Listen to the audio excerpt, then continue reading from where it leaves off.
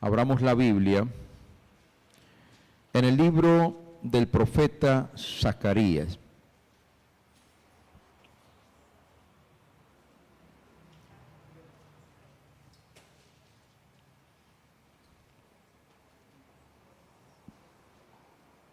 El libro del profeta Zacarías.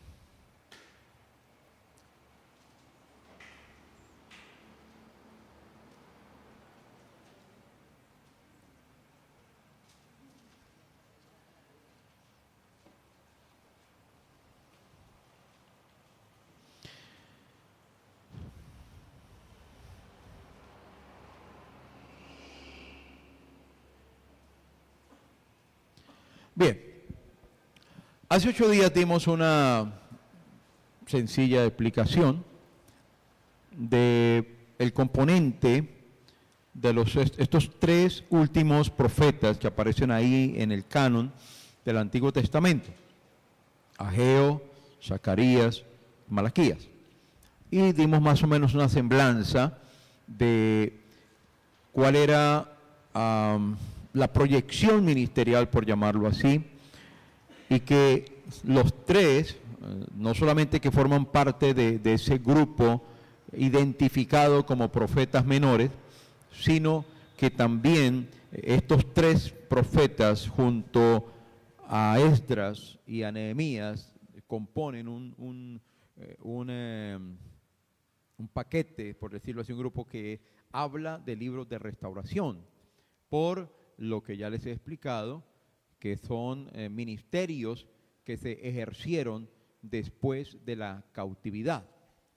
Y vamos a decir lo que tanto Zacarías, Ageo, Zacarías y Malaquías, pues manejan un mismo espíritu, y es alentar a los judíos de la poscautividad a poder mantenerse en la línea correcta. Los seres humanos tenemos,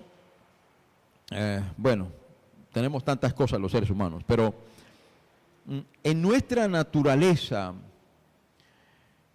hay una tendencia a, escuchen lo que voy a decir, y estoy hablando de nuestra naturaleza, y cuando digo nuestra naturaleza me refiero a nuestra naturaleza humana. Sí, no se vaya a ofender, porque yo sé que usted es un hombre de Dios, una mujer de Dios, que está buscando al Señor, que quiere agradar a Dios, que todos los días queremos estar mejor, y eso está bien, en esa dirección vamos. Pero no podemos ignorar nuestra naturaleza como tal. Y dentro de nuestra naturaleza humana hay una tendencia a perder muy rápido el norte. Por eso usted se da cuenta que cuando usted aconseja y aconseja a una persona, y le dice, y le dice, y le dice, y cuando usted se da cuenta, hizo todo lo contrario a todo lo que usted le había dicho. Ahora, lo vivimos nosotros, de adolescentes, de niños, de adolescentes, de jóvenes. Y ahora lo han vivido nuestros hijos. ¿Y por qué nuestros hijos se equivocan aunque les contamos nuestras experiencias? Porque son seres humanos. ¿Y porque esas son las tendencias de la naturaleza humana? A mí me gusta, o sea, es algo personal. Yo soy una persona que plantea que nosotros tenemos la cabeza en el cielo y los pies en la tierra. Porque cuando uno ignora que nuestros pies están en la tierra, nos podemos estrellar.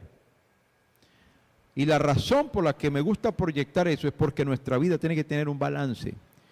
Yo tengo que saber que quiero ser espiritual. Ahora, la pregunta es, ¿y qué es ser espiritual? Sería lindo hacer un sano debate sobre qué piensa usted de ser espiritual.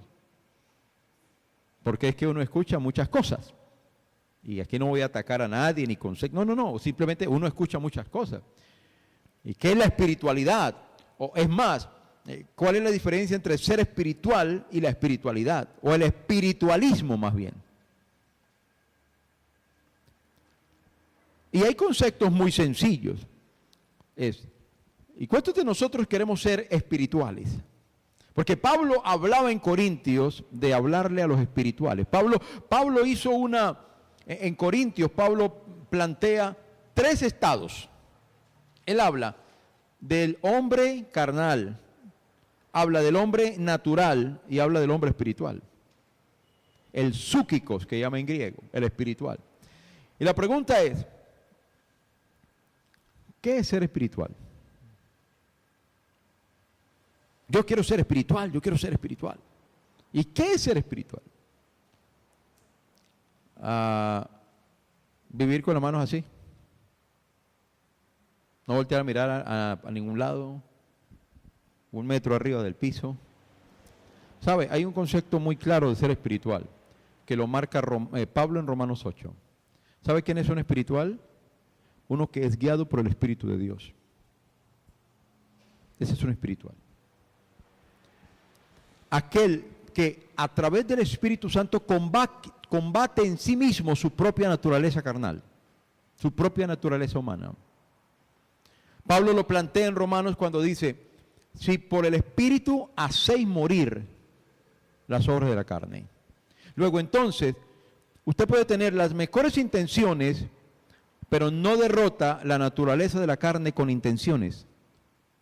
La derrota con un poder superior a la naturaleza de la carne, que es la naturaleza del Espíritu. ¿Y cómo soy espiritual? ¿Cómo puedo saber que soy espiritual? O sea, que mantengo el rumbo. Muy sencillo, pues muy sencillo decirlo. Muestre el fruto del Espíritu. Muestre el fruto del Espíritu. Gálatas 5, 22, 23. Amor, gozo, paz, paciencia, benignidad, bondad, fe y templanza o templanza y fe. Siempre me enredo con el mansedumbre. Forma parte, esos elementos tienen que ser parte de la formación de nuestro carácter. Ser espiritual no es el que más brinca. Ser espiritual no es el que más habla en lenguas. Ser espiritual es el que muestra el fruto del Espíritu que va trabajando en su vida. Pero nosotros tenemos una tendencia a irnos desviando. Porque el peor enemigo suyo es usted mismo. El peor enemigo de su desarrollo espiritual está dentro de usted mismo. No es su mujer, no es su marido, no es su suegra. Bueno, los cuentos de la suegra, ¿no? ¿En Venezuela molestan harto las suegras? Sí, hay mucho cuento con la suegra. O sea que eso es universal, ¿no? No, el peor enemigo suyo, de su desarrollo espiritual, está dentro de usted. Luego entonces tenemos una tendencia a irnos. Por eso es, todos los que son padres aquí, o madres, por eso es que con una regularidad uno le está diciendo al hijo lo mismo que le dice todo el tiempo. ¿Y por qué usted tiene que estarle diciendo a sus hijos casi siempre lo mismo? Porque usted ve que van a hacer siempre lo mismo. ¿Por qué? Porque tenemos una tendencia a irnos. Así sepamos lo que tuviéramos que hacer, hay algo en nosotros que nos jala. Por eso es que si uno no atiende seriamente las disciplinas espirituales, eso que nos jala termina ganándonos la batalla.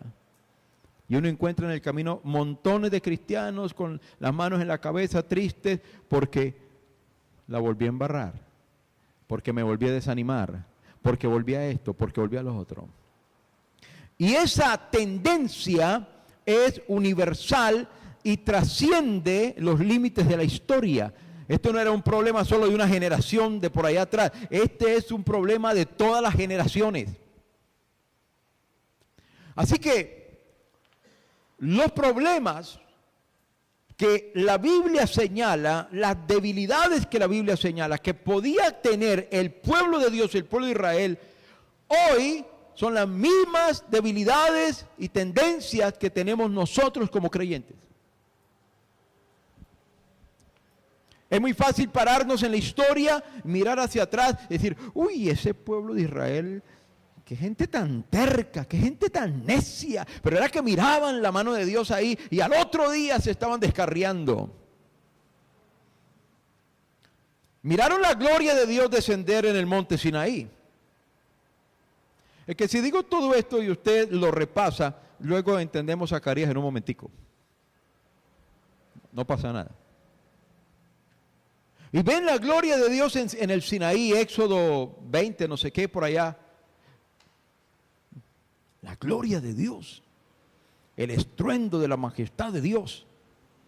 Y Moisés sube y demora 40 días trayendo la ley. Y cuando Moisés baja, ya estaban descarriados. O sea, no se demoraron 40 días para descarriarse, se demoraron menos. Y habían visto la gloria de Dios.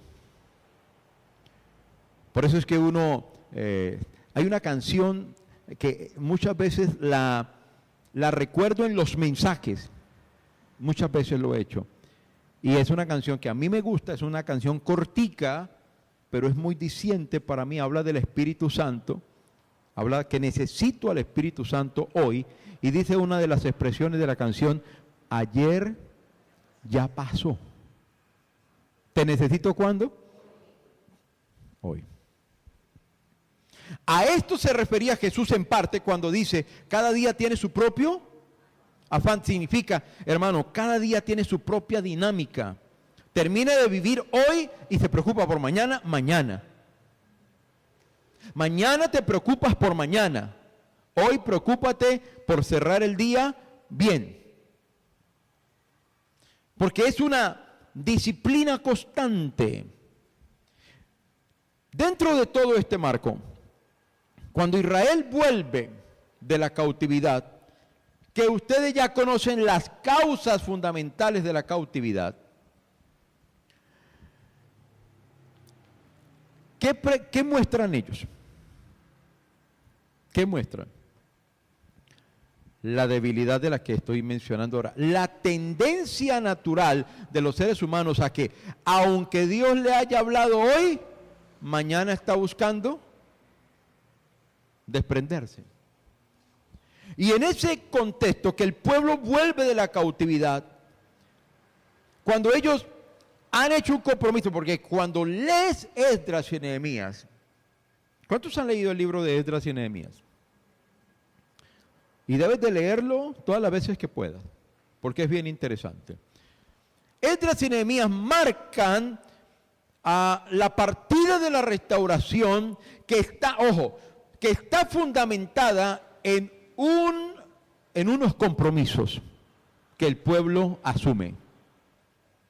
Por ejemplo, el domingo en el servicio, terminando el mensaje de las primicias, yo leí un pasaje en Nehemías, creo que fue en Esdras o en Nehemías, ¿Y qué decía el pasaje? Nos comprometemos prometemos tal, que haremos esto, que haremos lo otro. Y todo era fundamentado en ¿qué? En una restauración de la estructura bíblica para ellos. Cosas que habían dejado de hacer y que ellos tenían que hacer. No era opcional. Usted tiene que entender esto. En el desarrollo de la vida de fe, puede que hayan cosas opcionales, pero las cosas fundamentales no lo son. Y cuando hablo de cosas fundamentales, estoy hablando de las cosas que estructuran tu fe. No son opcionales. Escuche, la oración no es algo opcional. ¿Qué entiende usted por opcional? ¿Lo puedes hacer o no lo puedes hacer? Y no pasa nada. ¿Cierto, Nelson? No pasa nada. Lo opcional significa, si quiere, cójalo, si quiere, déjelo ahí y no va a pasar nada. Pero lo que no es opcional, ¿qué te dice? O lo hace o lo hace. La oración no es opcional, no es algo de que te da lo mismo si oras o no oras, Rocío. No, no. Una cosa es la Rocío que ora, cómo va a enfrentar el mundo, y otra cosa es la Rocío que no ora, cómo va a enfrentar el mundo. ¿Me están entendiendo todo esto que estoy diciendo? Y dentro de que el pueblo entiende que debe de restaurarse, escuche, la restauración espiritual se genera a partir de la capacidad de volverse a comprometer con Dios. Si usted no tiene la capacidad de comprometerse con Dios, es muy difícil que tu vida sea dinámica en la fe. ¿Por qué muchas congregaciones hoy tienden a morirse? ¿Por qué muchos creyentes tienden a morir en su vida espiritual? Porque no hay compromiso, no hay la determinación. Es decir, esto hay que hacerlo sí o sí. La restauración se ejerce con base en la capacidad de comprometerse con Dios. Con Dios. Con Dios. Usted no haga compromisos conmigo. Usted haga compromisos con Dios. No más. No es que yo me comprometí con la iglesia. No, comprométase con Dios. Porque finalmente usted compromete con la iglesia, termina siendo un compromiso que fácilmente se puede diluir. Porque no es lo mismo decir, yo estoy comprometido con Dios. El peso de ese compromiso es decir, es que yo me comprometí con la iglesia. Pero eso al final la iglesia, ¿qué? Eso allá está Nelson, allá está Cristian, allá están otros. Eso finalmente allá alguien lo hace. ¿Sí me entiende lo que quiero decir? Pero cuando usted dice, no, espere un momentico, allá pueden estar otros, pero es que yo me comprometí con Dios. Entonces eso me jala. Y dentro de esa restauración, cuando el pueblo dice, nos vamos a comprometer a hacer lo que habíamos dejado de hacer. Porque cuando yo entiendo que he dejado de hacer cosas que son mi responsabilidad, mi futuro está en peligro.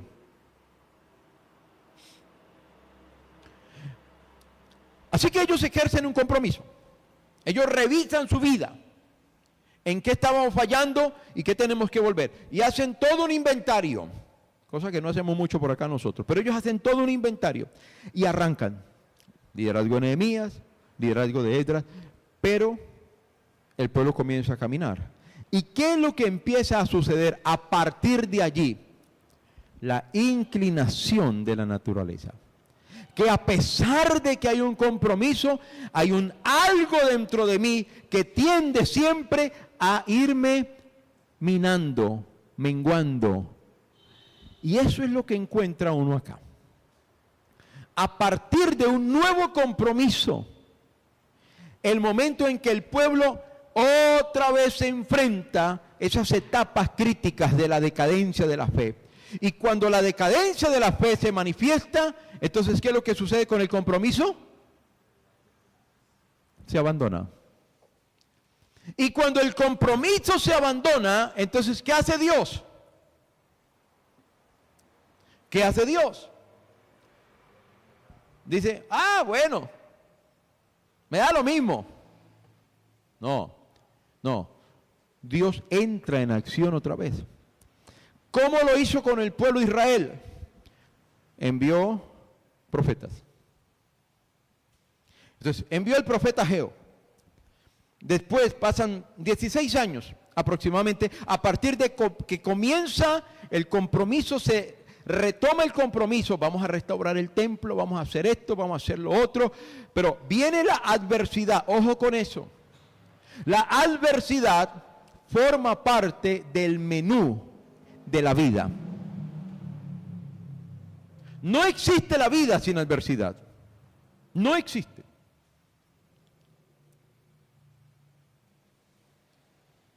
Yo recuerdo una vez, yo no sé con quién estaba hablando, y me dice esa persona, hermano, uno puede bajar de un ayuno de 40 días, pero se descuida al otro día y se pega un porrazo. Te baja de un ayuno de 40 días, al otro día tienes que volver a orar. Porque la adversidad forma parte del menú de la vida. Todo lo que se quiere hacer tiene adversidad. En lo espiritual, también en lo secular, en lo emocional, en todo. En todo. No existe la vida sin adversidad. Por eso yo creo que la vida en el cielo va a ser tan diferente. Pues, ¿qué adversidad hay en el cielo? Ninguna, ¿cierto? Pero ¿sabe quiénes vamos a habitar en el cielo? los que aprendimos a combatir la adversidad. Yo sé que alguien puede decir, no, los que creemos, claro, los que creemos en Cristo, los que somos salvos por Él, etcétera, etcétera. Pero si no aprendemos a superar la adversidad, la creencia nominal no es suficiente. No es suficiente. Luego entonces, comienzan un proceso y hay la adversidad y el proceso se detiene. Y pasan años. Y Dios manda a Ageo y lo que vimos hace 8 días. La determinación de Dios a través del profeta Ageo.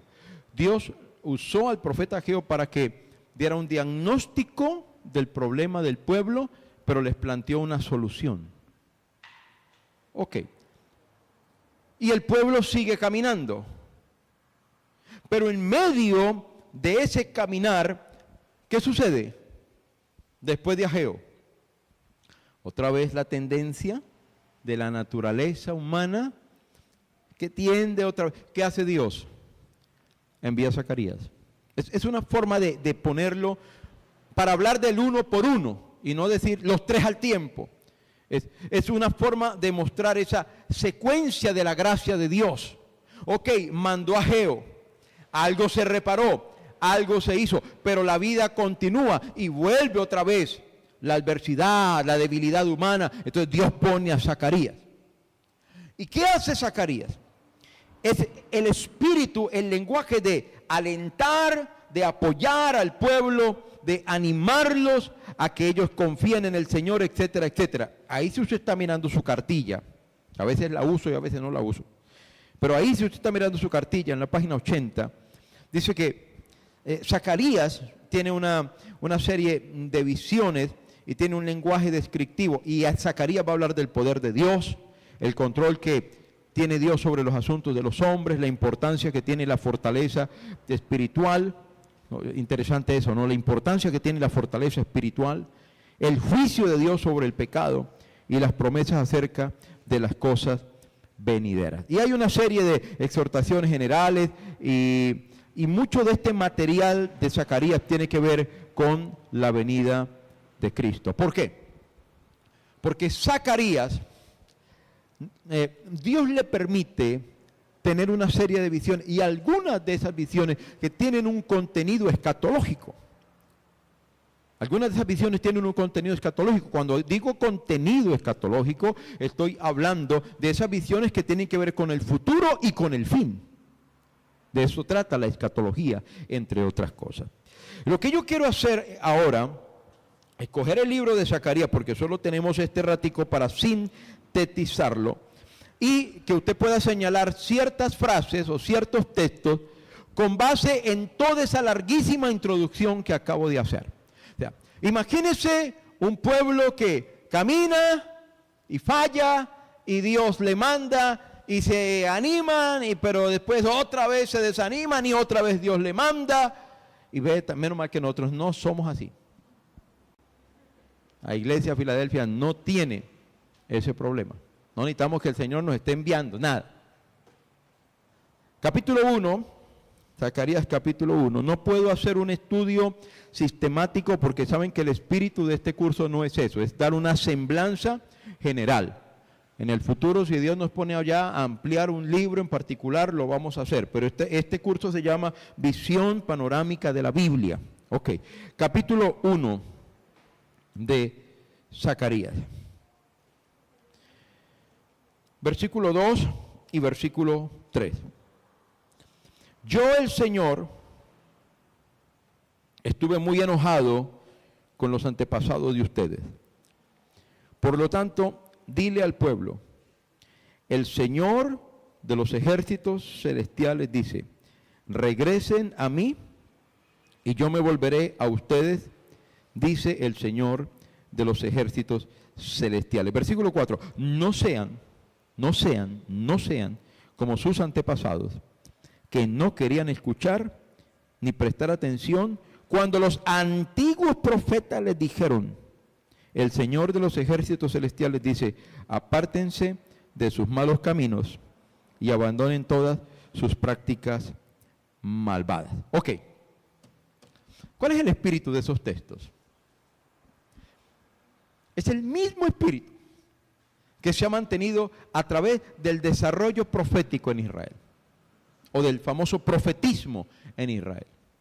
Si usted se pone, porque esto es profetas mayores, profetas menores, profetas, y cuando, creo que lo hemos dicho en algunos apartes de este curso, el lenguaje de los profetas, en su fondo, es el mismo.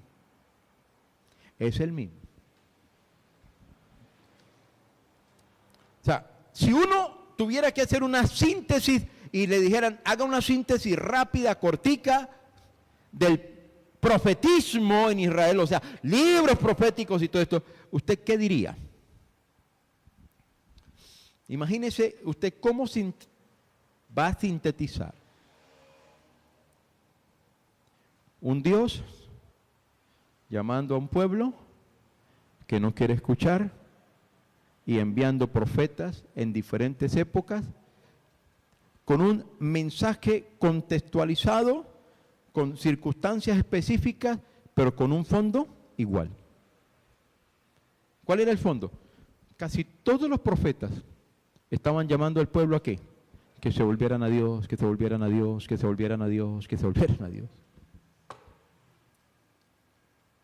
Si uno quisiera verlo desde esa perspectiva, uno diría, ese es uno de los mensajes permanentes y sobresalientes, aun cuando usted puede mirar en la Escritura y sacar una diversidad temática. Eso es lo rico de la Escritura. Pero si tuviera que sintetizarlo y verlo así nomás sencillo, el profetismo o los libros proféticos nos muestran un Dios que espera que su pueblo se vuelva a Él permanentemente. Un pueblo que tiene la sensación que se va alejando de Dios por una razón. ¿Cuál es? Ahí dice. Si usted lee la última parte del versículo 4 que acabé de leer, lo deduce. Dilo fuerte. Sus malas obras. ¿De qué habla sus malas obras? Sus malas conductas. ¿De qué habla las malas obras y las malas conductas? Habla de pecado. ¿De qué habla? O sea que de alguna manera el espíritu profético, ¿qué fue lo que combatió? ¿El pecado de quién? ¿De cuál pueblo?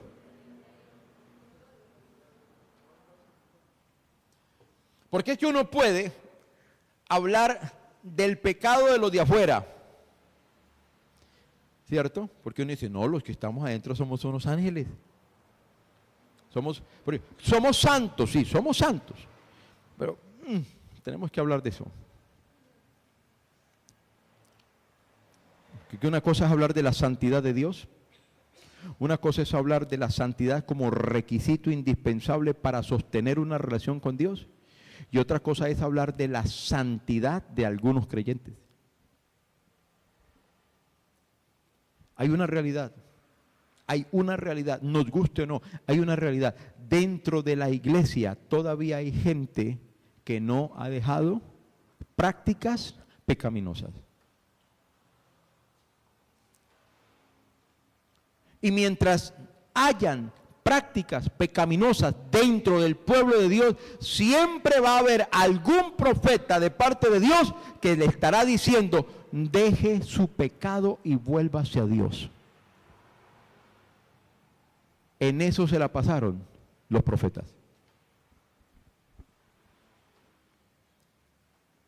Hasta ahí estoy siendo más o menos claro. Y mire lo que dice el profeta Zacarías. El mensaje de Dios, la introducción de su mensaje, ¿de qué se trató? Llamar al pueblo ¿a qué? A corregirse. Pero ya veníamos de un periodo de poscautividad, ya habíamos pasado una época, otra época. ¿De qué nos está hablando? Tendencias naturales del ser humano.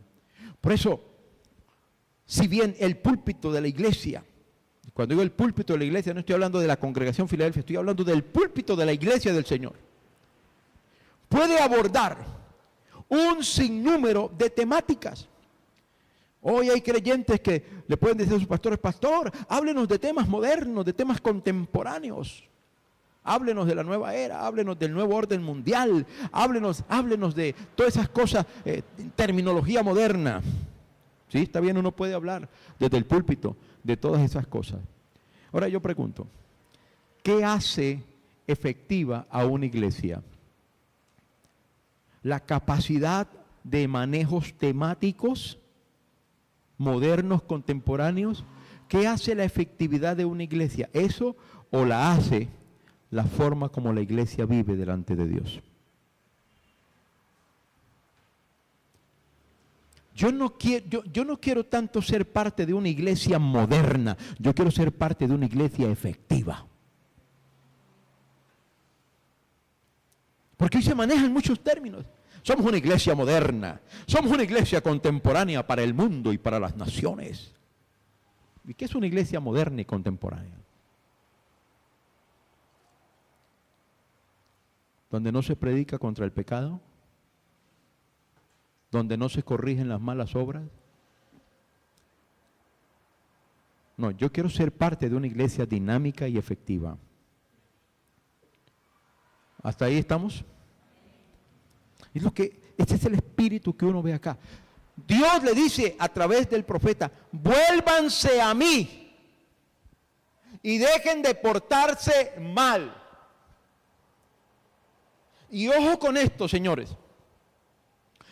Portarse mal no es simplemente incurrir en prácticas pecaminosas que a lo mejor antes de conocer a Cristo las tendríamos, sino que portarse mal dentro del contexto de la iglesia es dejar de hacer lo que le prometía a Dios que iba a hacer.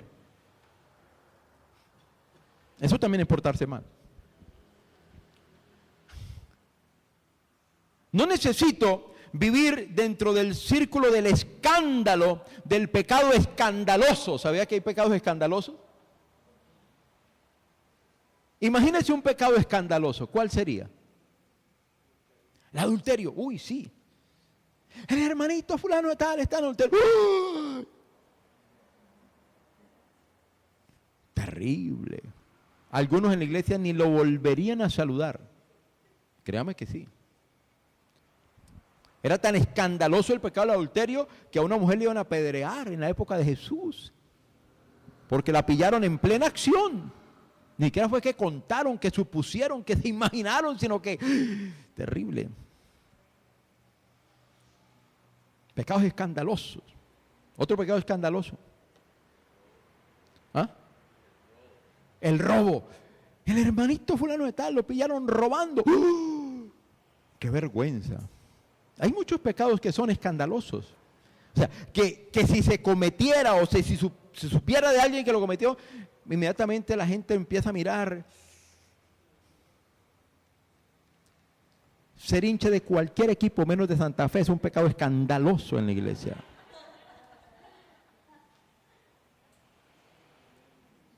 Ustedes saben que Santa Fe es el equipo de los cristianos. Pero sabe, hermano, ¿sabe qué es lo que más daño le hace a la dinámica de la iglesia? Los pecados que no son escandalosos. ¿Ah? Los ocultos. Y los ocultos que no son tan escandalosos, porque hay ocultos escandalosos y hay ocultos que no son tan escandalosos. Pero sabe, cuando nosotros dejamos de hacer lo que Dios espera que hagamos, esos no son pecados escandalosos. Y se lo voy a plantear así, suene como sea que suene. Pero un creyente que sabe hacer lo bueno y no lo hace, le es pecado, dice la Biblia. Luego, entonces, un creyente que abandona su disciplina devocional, este no es un pecado escandaloso. Nadie dice, ¡ah! ¡Ay, la hermana Marta hace un mes que no ora! Nadie haría ruido por eso. Pero dejar de buscar a Dios se le convierte a usted en un acto que no es correcto. Y eso es un pecado. Pero nadie hace escándalo por eso.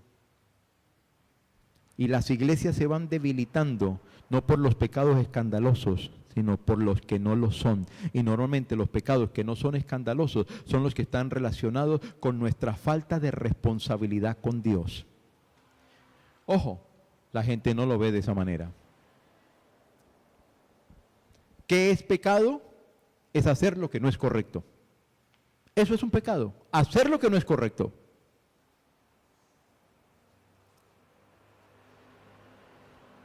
Sigamos porque vea, esto uno no avanza acá. Entonces regresen a mí, regresen a mí, regresen a mí, regresen a mí. ¿Cuál es el éxito de la iglesia? ¿Cuál es el éxito de la vida del creyente? Su conectividad con Dios. Vea que hoy sí hablamos, conectividad es un término moderno. Conectividad. ¿Sabe cuál es el éxito del creyente y el éxito de la iglesia? Su conexión con Dios. Y es lo que fácilmente, regularmente, se pierde en nosotros. Y ahí perdemos la esencia de ser iglesia. Pero bueno, sigamos. Sigamos.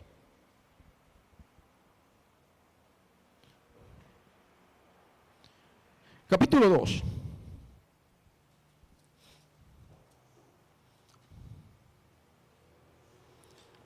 El capítulo 2, dentro el panorama de visión y de palabra que está recibiendo Zacarías, habla acerca del futuro de Jerusalén. Visionar es que mirar hacia atrás o hacia adelante. Hacia adelante. Usted no visiona mirando para atrás, usted visiona mirando para adelante. ¿Sí? Por eso Dios no nos puso un ojo aquí. ¿Sí? Dios nos puso dos ojos al frente. Si usted mira, al frente, no mira para atrás. Zacarías está dentro de la visión, lo que Dios le está permitiendo mirar hacia adelante. ¿Qué mira? Mira a Jerusalén como una ciudad bendecida. Y dentro de esa bendición de ciudad hay unos compromisos de Dios al guardar y al proteger su ciudad. Ahora escuchemos acá. Él va a hablar de Jerusalén. Está hablando de Jerusalén. ¿Pero qué es Jerusalén? Jerusalén, la capital de Judá o de Israel. La capital está el centro. En las capitales de los países están los centros administrativos, los centros religiosos, los centros de todo de un país. Jerusalén tipifica el epicentro espiritual de la nación. De hecho, en la visión apocalíptica, ¿de qué se habla? Hablando de Jerusalén, ¿de qué se habla? ¿La qué? La Nueva Jerusalén. ¿Y de qué tipifica la Nueva Jerusalén? El lugar final de la morada de los santos por la eternidad. Y es interesante, escuche esto, porque le dije que le iba solamente a subrayar ciertos versículos porque el tiempo no me da para más. Dice el versículo 1 y 2, cuando miré de nuevo, vi a un hombre con una cinta de medir en la mano. ¿A dónde vas?, le pregunté. Ahí está hablando el profeta Zacarías. Él está teniendo una visión. En su visión, él ve a un hombre que lleva, vamos a hablar en términos contemporáneos, 1 metro o un decámetro, no sé, un elemento de medida. Y le dice, Zacarías le pregunta, ¿para dónde vas? Dice, voy a medir a Jerusalén, me contestó, para ver cuánto mide de ancho y de largo. Entonces el ángel que estaba conmigo fue a reunirse con un segundo ángel que se dirigía hacia él. El otro ángel dijo, apresúrate y dile a ese joven, Jerusalén algún día estará tan llena de gente y de animales que no habrá lugar suficiente para todos.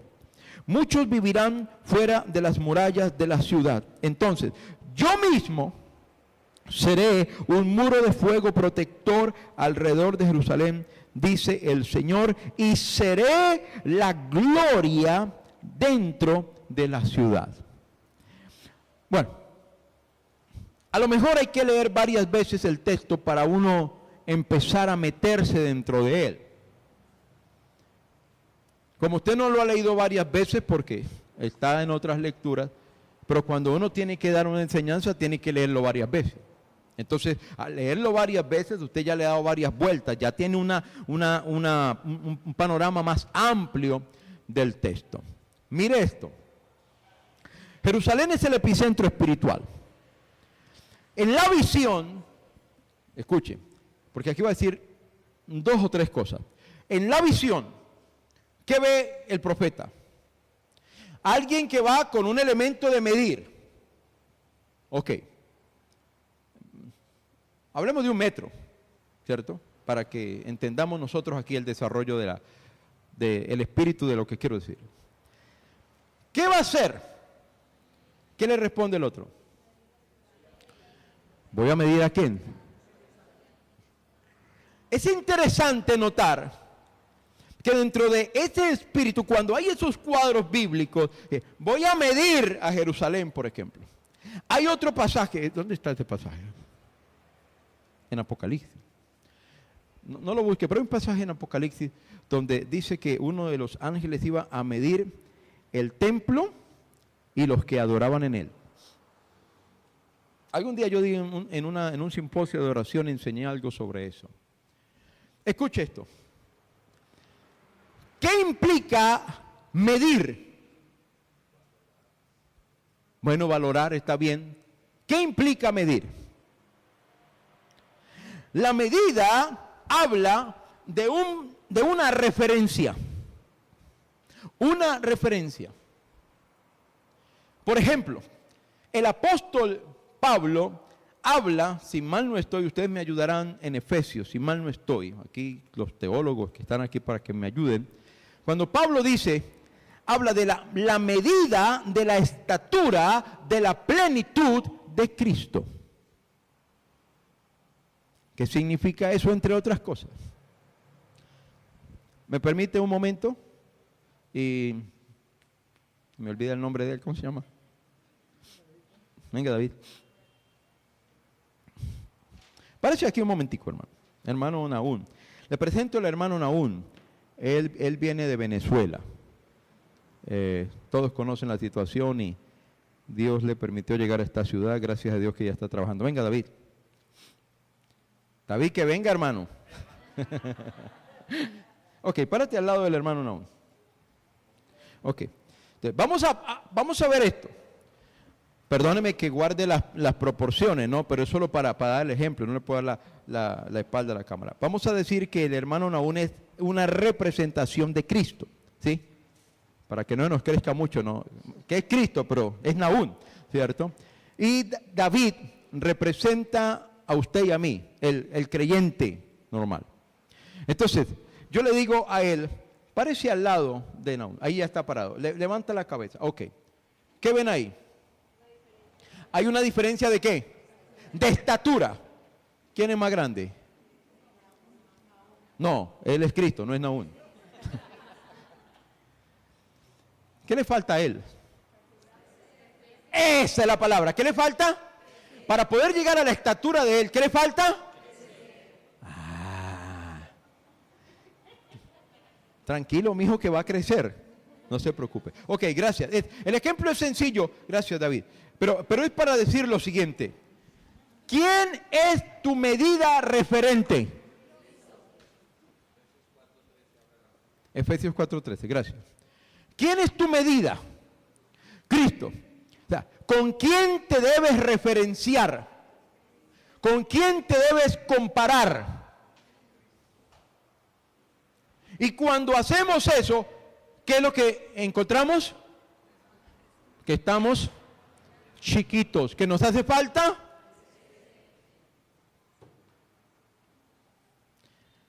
Cuando se habla la Biblia habla de pesos y medidas.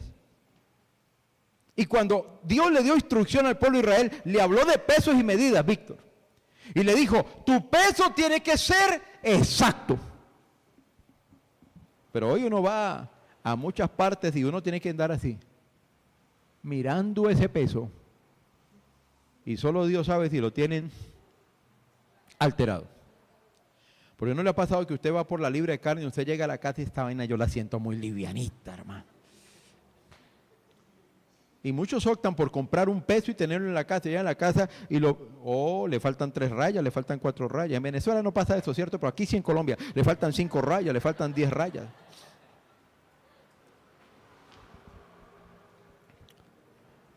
Peso y medida implica exactitud.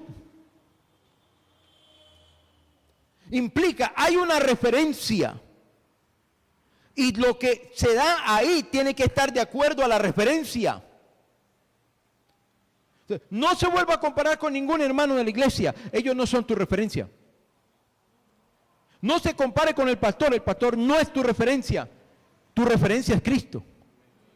Ay, yo quiero crecer como el pastor, como el... No. Mi reto, mi desafío es, hay una medida. Cristo, yo debo de desafiarme a mí mismo, cada día tengo que buscar crecer. Nunca serás más que Cristo, porque yo di una enseñanza hace unos días aquí, que el discípulo jamás será mayor que su maestro. Pero esa referencia es mi desafío. Y cuando dentro de la visión y lo que podemos extractar para recrear y ampliar y no quedarnos ahí simplemente con una expresión profética y digo, yo no entiendo eso, eso era para allá, porque eso es lo que, así la libramos fácil. No, mire cómo podemos coger la escritura, respetando la escritura, pero ampliando los conceptos, buscando ¿qué? Buscando desarrollo, buscando crecimiento, para el que cree que solamente aprende de Mateo para allá. Salió con una medida para medir a lo largo y ancho. ¿Qué iba a medir? Jerusalén. ¿Qué iba a medir? Jerusalén. Ahora, déjeme plantearle ¿cómo lo explico? Una percepción devocional. No quiero que esto diga, que esto es doctrina. No, que el pastor Manuel dijo que, no. Una percepción devocional. ¿Qué salió a medir ese ángel, Jerusalén? ¿Qué es Jerusalén? El epicentro espiritual de la nación. Pero ¿qué implicación tiene que haya salido a medir a lo largo y a lo ancho? ¿Sabe por qué? Entre otras cosas, si hay un punto de referencia, el punto de referencia dice, ojo aquí, le dice el ángel al profeta, mirando al futuro, ¿qué es lo que va a pasar en Jerusalén? Jerusalén se va a llenar de gente. Eso es lo que está diciendo. Lea el texto y verá. O sea, la visión hacia el futuro tiene que estar relacionada con desarrollo y crecimiento. Por eso Dios puso en mi corazón, comenzando este año, se lo transmití a la iglesia, se lo transmití a los líderes. Necesitamos en el 2018 llenarnos la cabeza de una necesidad. Tenemos que avanzar. Eso es lo que está. Se va a llenar. Jerusalén en el futuro va a tener mucha gente. O sea que hay una visión de ¿qué? De crecimiento. ¿Para quién? Para Jerusalén. Y el ángel sale a medir porque necesita asegurarse de que está en la capacidad de crecer. Si tiene las medidas correspondientes, dice, sí, tiene la medida para crecer. Tiene la medida, tiene el espacio para poder recibir gente. Tiene la capacidad de desarrollarse. No sé si me están entendiendo, hermano. De que, perdóneme, a veces tengo que acordarme que estoy aquí en la iglesia, porque a veces uno le parece que está en una cátedra de teología. A veces uso términos que tal vez no debería de usar. Pero escuche, tiene la capacidad de desarrollarse. Dios está mirando la iglesia. Dios está mirando la iglesia Filadelfia, la iglesia tal. Estoy hablando dentro de una percepción devocional. Y Dios nos manda una medida. Y Dios dice, no tienes la medida. No tienes capacidad para desarrollarte. Ahora, escuche, lo otro que quiero decir acá. La última parte del versículo 5. Yo mismo seré un muro de fuego protector alrededor de Jerusalén. Eso puede tener distintas implicaciones, pero no quiero quedarme en ninguna. Dice el Señor, la última frase, y seré la gloria dentro de la ciudad. ¿Qué será Dios? Ahora, ¿cuál es el espíritu escatológico de Zacarías acá? Porque cuando tú vas a Apocalipsis, y hablando de la nueva Jerusalén, dice, no hay sol, porque el Cordero que está allí es su propia luz. Por eso Jesús dijo aquí, yo soy la luz. ¿Sí es como una cosa se relaciona con la otra? Y todo tiene sentido. Yo soy y seré la gloria dentro de la ciudad. No me acuerdo cómo estará en la versión 60, pero y seré la gloria dentro de la ciudad. Dos cosas. Pasamos por la medida de Dios para determinar dos cosas. Escuche Mambi, dos cosas. No estás en capacidad, no te estás desarrollando, no estás lista para crecer. Si no estás lista para crecer, entonces tu desarrollo se estanca. Y en ese sentido, no cabe la gloria de Dios ahí.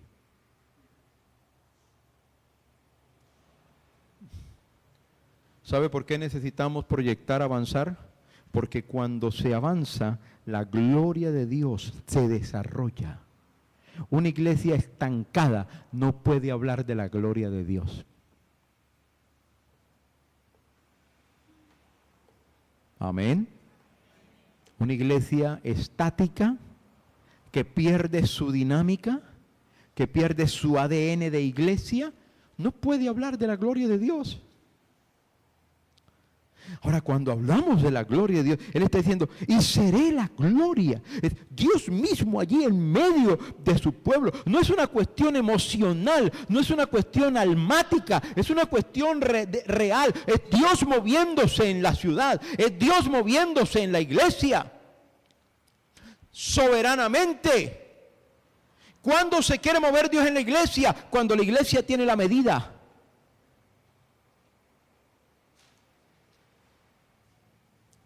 Oh, interesante eso, interesante profundizar en eso. Ojalá que usted se inquiete y se vaya por allí. Es interesante estar pensando en eso. Ay, ¿y por qué? ¿Por qué? ¿Por qué nosotros? Porque no tenemos medida. No estamos apuntando a la medida de Dios, no estamos apuntando al desarrollo. Hay iglesias que quieren ser como otras iglesias. Yo no quiero ser como otras iglesias. Hay iglesias que en su estructura lo que quieren es tener la medida de otras congregaciones. Yo no quiero ser la medida de otro pastor. Yo quiero ser la medida de Dios según la palabra. Y para yo experimentar la gloria de Dios, no tengo que imitar a fulano, a sutano, a perencejo. Yo tengo que ser yo cumpliendo con la medida de Dios en mi vida. Y la gloria de Dios es la que se va a mover. Es Dios moviéndose, no es haciendo un show, no es manipulando la fe, no es manipulando las emociones de la gente. Es simplemente haciendo lo que Dios quiere que hagamos y Dios se manifiesta como Él quiere. Él es la gloria de la ciudad. Él es la gloria de la iglesia. Y aquí hay un querer, escuche esto, el espíritu del querer, el espíritu del deseo, ¿qué está diciendo? Y seré. Dios quiere ser la gloria de la iglesia. Pero la iglesia está tan dormida, tan distraída, tan contaminada, ¿y qué hace eso? Frustra la manifestación de la gloria de Dios. Yo no estoy diciendo que Dios no está, estoy hablando de la gloria de Dios, la manifestación de Dios. No un Dios de concepto, sino un Dios de acción, de manifestación. La gente necesita ese Dios. Yo hablaba ahora con tu sobrina. Ella me dio permiso para que orara por ella. Y ella me decía, le hablé algunas cosas en el poquito tiempo que tuve. Me dijo, yo tengo un conflicto entre Dios y la religión. ¿Sabes? Ese conflicto lo tiene mucha gente. Porque nosotros crecimos en medio de una comunidad que enfatiza la religión, no la relación con Dios. Una cosa es la relación con Dios, otra cosa es la religión. Escuche, necesitamos un encuentro con la gloria de Dios, no con la religión.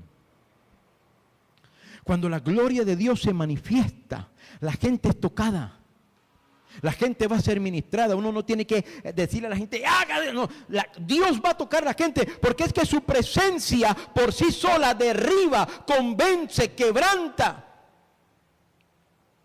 Yo no disculpe lo que voy a decir, igual que lo hagan quienes quieran, no. Pero yo no necesito quitarme el saco y tirárselo a la gente. Yo no necesito empujar a la gente, parármeles encima de los pies y empujarlos.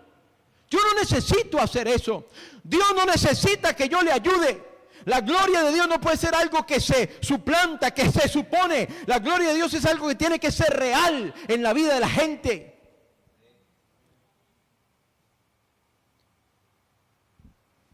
Creo que tuvimos el domingo un culto lindo, porque fue más allá de mis expectativas.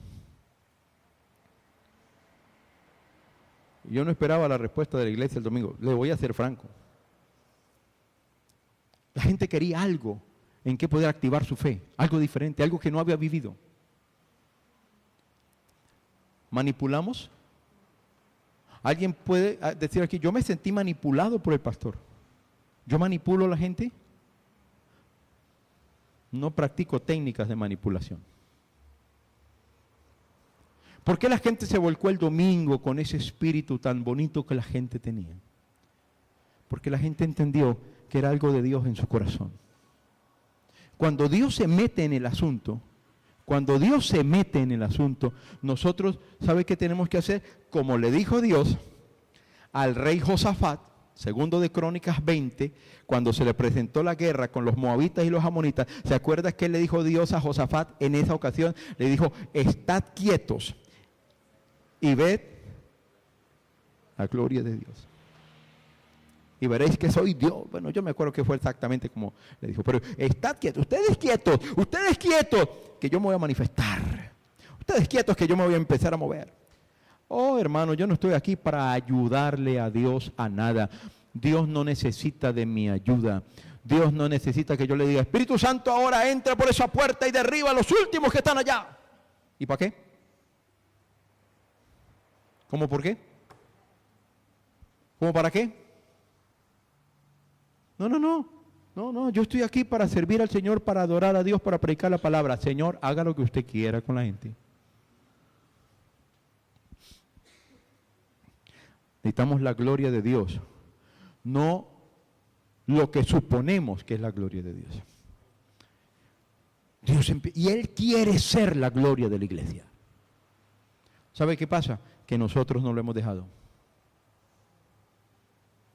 Él quiere ser la gloria de la iglesia y nosotros no lo dejamos. Como una vez un pastor echando chistes ahí, contando cuentos de que se había encontrado al Señor en la puerta. Iba a entrar a la iglesia y se había encontrado al Señor afuera en la puerta, al Señor. Y estaba llorando el Señor Jesús. Y el creyente le dijo, Señor, ¿y por qué lloras? Un cuento tonto, pero un cuento. Es un cuento.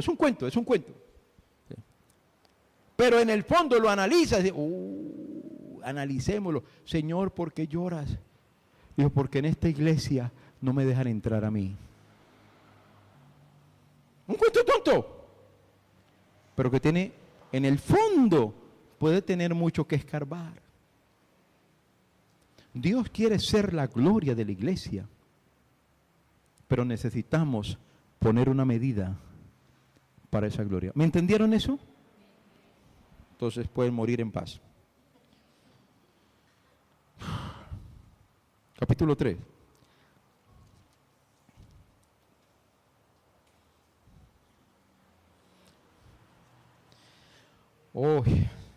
Víctor, no se vaya que esto se pone bueno. Mentira, chao, yo sé. Saludos. Capítulo 3. El capítulo 3 hace referencia a la intervención de Dios en la vida del sumo sacerdote. Entonces, permítame tener un rango de acción para hablar acerca de la importancia de la integridad del líder.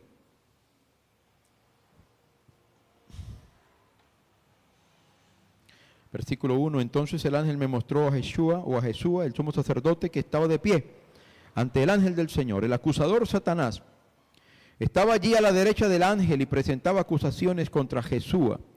Entonces el Señor le dijo a Satanás: yo, el Señor, rechazo tus acusaciones, Satanás. Así es, el Señor que eligió a Jerusalén te reprende. Este hombre es como un tizón en llamas que ha sido arrebatado del fuego. La ropa de Jesús estaba sucia cuando estuvo de pie ante el ángel. Entonces el ángel dijo a los otros que estaban allí: quítenle esa ropa sucia. Luego se volvió hacia Jesús y le dijo: ya ves, he quitado tus pecados y ahora te voy a dar esta ropa nueva y fina. Luego yo dije: deben también colocarle un turbante limpio en la cabeza. Así que ellos le pusieron en la cabeza un turbante sacerdotal limpio y lo vistieron de ropas nuevas, mientras el ángel del Señor permanecía cerca. Entonces el ángel del Señor habló solemnemente a Jesús y le dijo: el Señor de los ejércitos celestiales dice: si tú sigues mis caminos y me sirves con cuidado, recibirás autoridad sobre mi templo y sus atrios. Permitiré que camines entre los otros que están aquí. Escuche. ¿Quién es Jesús? El líder de los sacerdotes. ¿Y qué hay allí? Estos cuadros son bastante interesantes porque tienen mucho contenido. ¿De qué habla? Dice que Jesús, Jesús estaba allí. En otras palabras, en otras versiones dice, creo que Josué, el sumo sacerdote Josué. ¿Quién más apareció allí? Según el relato.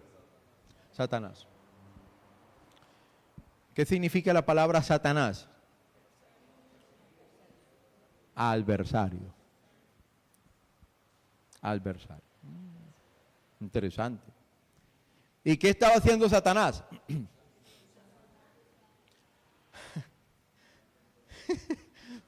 Acusándolo.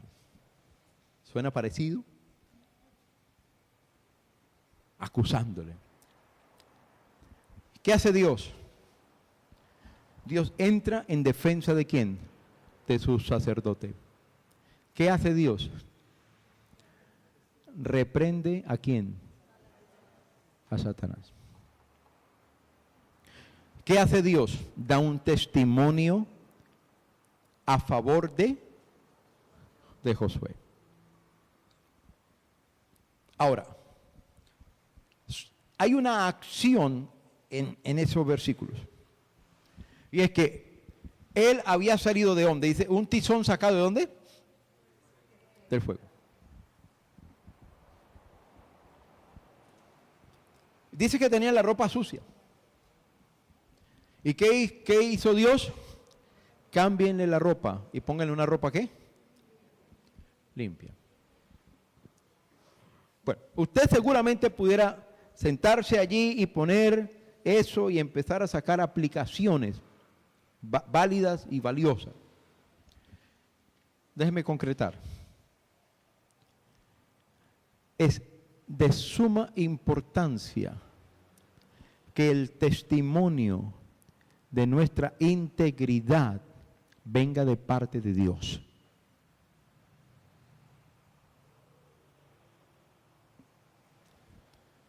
Hay algo, que Dios está determinado a cambiar tu historia. Dios está determinado a provocar una transformación en tu vida, pasarte de lo sucio a lo limpio. Y está determinado de poder reprender al diablo. ¿Qué quiere hacer el diablo? Acusarte. Pero Satanás significa adversidad. ¿Qué hace la adversidad? Te detiene. Te deja anclado en el fuego de la dificultad. ¿De dónde salió Josué? Del fuego. Estamos haciendo aplicaciones posibles. Aquí no puede quedarse uno con una sola aplicación. Y cuando sale del fuego, la Biblia dice que necesitamos ser probados como por fuego. Y para que Dios, escuche, para que Dios pudiera hablar a favor de Josué, es porque Josué había hecho lo correcto. Porque Dios no hubiera hablado por él si él no hace lo correcto. Cambiar las vestiduras implica la renovación, el cambio. Y le pone ropa nueva, ropa fina. ¿Para qué? Para que siga ministrando. Hermanos, necesitamos tener un testimonio de integridad que venga de parte de Dios. Y usted dice, ¿cómo funciona un testimonio de integridad que venga de parte de Dios? Fácil. Hay un elemento en ti que se llama conciencia. ¿Sabe qué dice el apóstol Juan? Primera carta. Dice, si nuestro corazón nos reprende, ahí está haciendo una referencia a la conciencia que trabaja en el contexto de la reflexión responsable y personal. Dice, si nuestro corazón nos reprende, estamos en un problema. Dice, pero si no nos reprende, confianza tenemos en Dios. Hermano, su conciencia tiene que estar funcionando. Y a través de tu conciencia, Dios da testimonio. Cuando el diablo venga a acusarte, si tu conciencia está limpia por el testimonio de Dios dentro de ti mismo, es Dios mismo quien se va a encargar de reprender al diablo. Cuando se te levante una acusación, cuando se te levanta algo en tu contra, ¿qué debes de hacer? Si tu conciencia está tranquila, ¿qué deberías de hacer?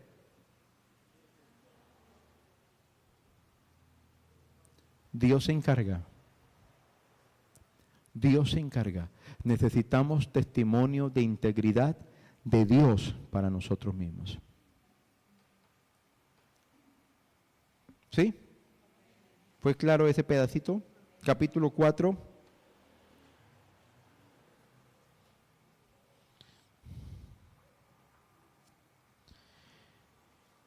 En el capítulo 3, ¿a quién se le habla? A Josué.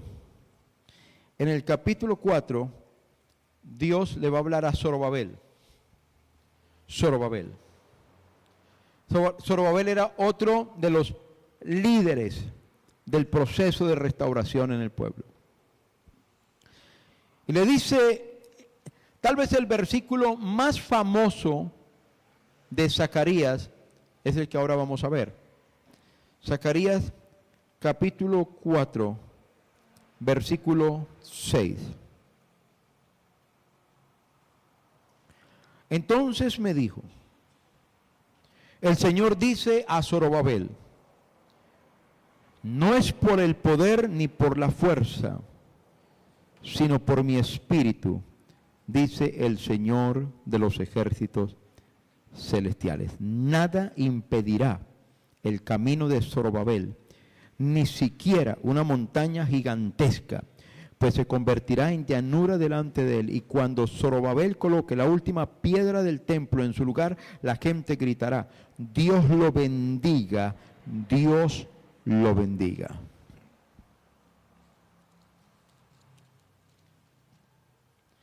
En Ageo capítulo 2, el versículo 4, ustedes pueden hacer la comparación.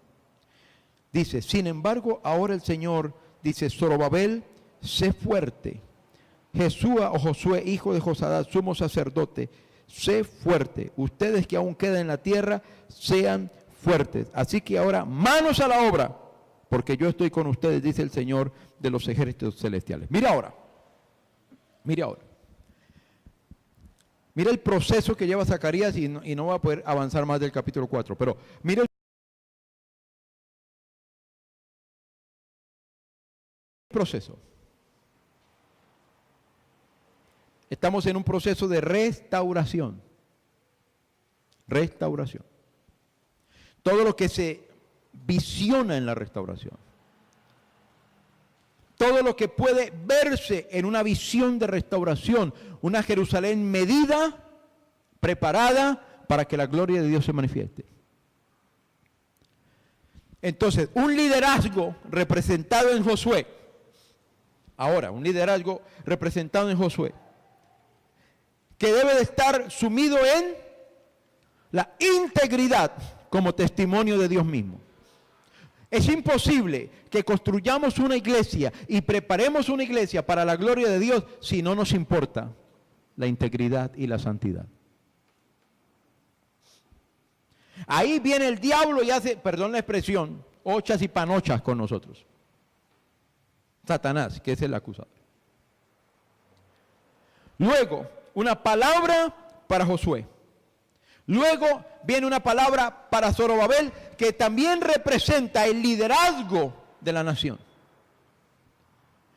¿Cuál es la visión? Levantar, preparar, levantar, avanzar. ¿Cuál es la palabra que Dios le da a Zorobabel?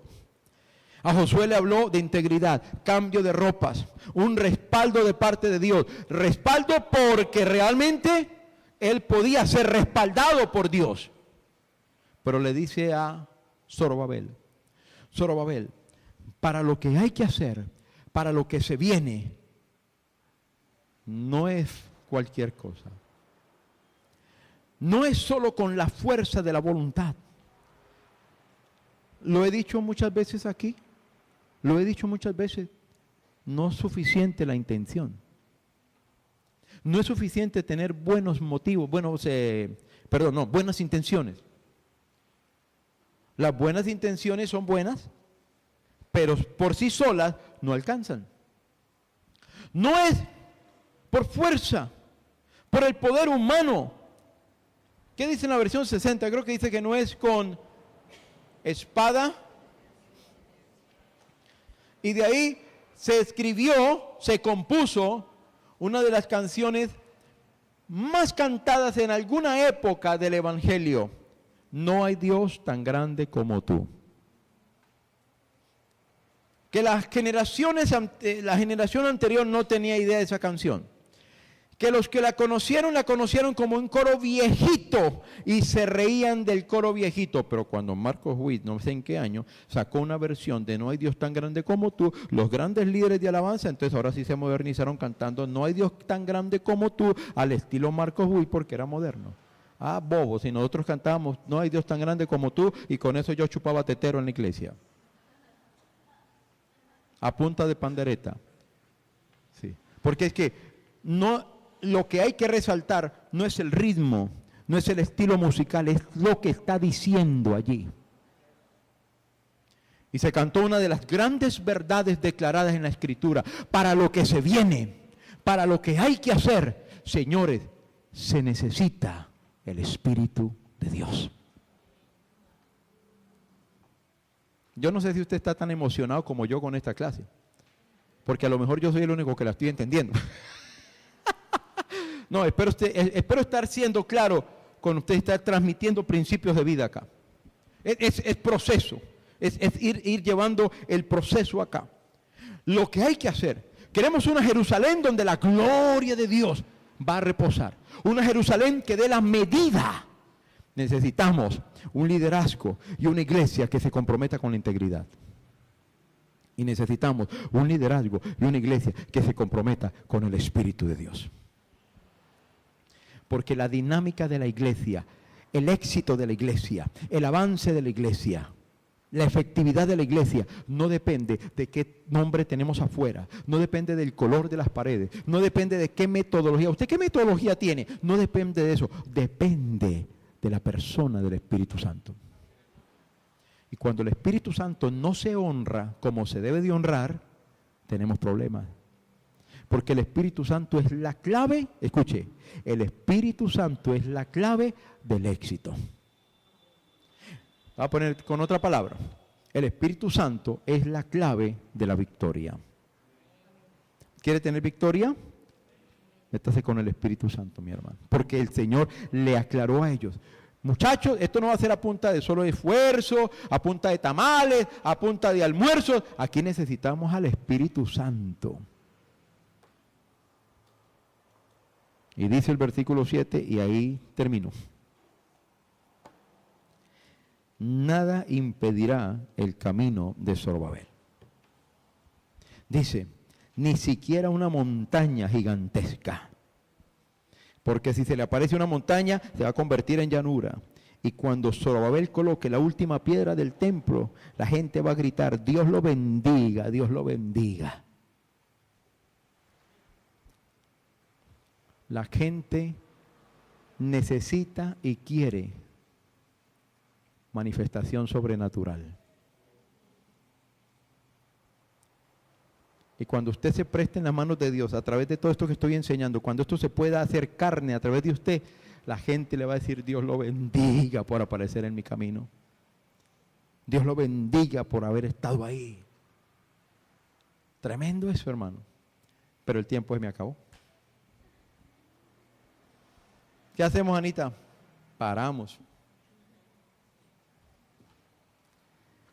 Vamos a orar. Ahí les dejo eso para que se trasnochen.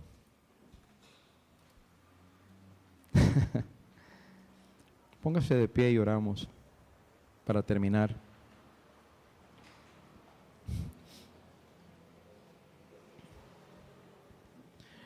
Señor, te damos la honra y la gloria. Tú eres bueno, para siempre es tu misericordia. Si alguno de ustedes puede levantar sus manos al Señor en este momento, porque esto no es solamente una clase por clase, sino estamos tratando de incursionar en la palabra, en una palabra que provoque en nuestras vidas un algo, un despertar, que siga alimentando el deseo de avanzar, una palabra que siga alimentando en usted el deseo de crecer. Padre, grande eres tú. Que tu palabra sea efectiva en nosotros, porque tu palabra es efectiva por naturaleza, pero queremos que la palabra sea efectiva en nosotros. Bendito sea tu nombre santo. Gracias por las Escrituras. Las Escrituras no son de interpretación privada, y lo que yo dije y ya, las Escrituras son una fuente inagotable de riqueza, de enseñanza, de aplicaciones, de doctrina, de referencias. Y lo que hoy nos has dado a través de estos capítulos de esta palabra, Señor, aliméntalo, sobrealiméntalo en nuestra vida.